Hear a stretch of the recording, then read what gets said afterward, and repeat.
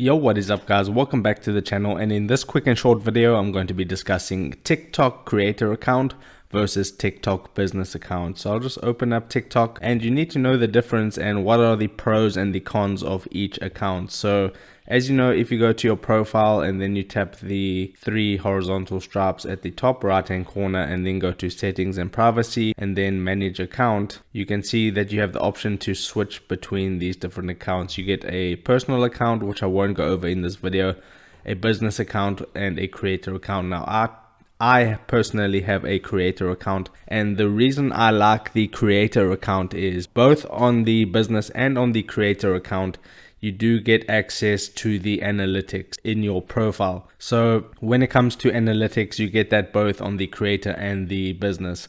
So that what previously wasn't the case. But the thing I like the best about the creator account versus the business account is that you get the full library of sounds on the creator account. On a business account, you only get access to about 1 million songs, commercial songs, that you can use on TikTok. So that is kind of like a downside if you want to use a lot of sounds on TikTok. And another feature I like of the creator account is that you have the ability to stitch and duet on most videos. On the business account, that feature is limited. Both a business account and a creator account will have the option to run ads on their account as well as with a creator account, you do get access to that creator fund if you meet the requirements for that.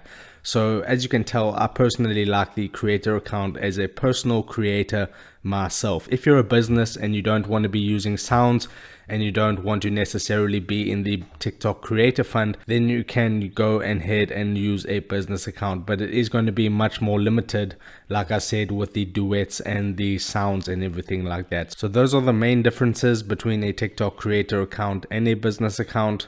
You can decide which one you want to go to. You can at any point switch between a business and a creator account at any time in your profile settings.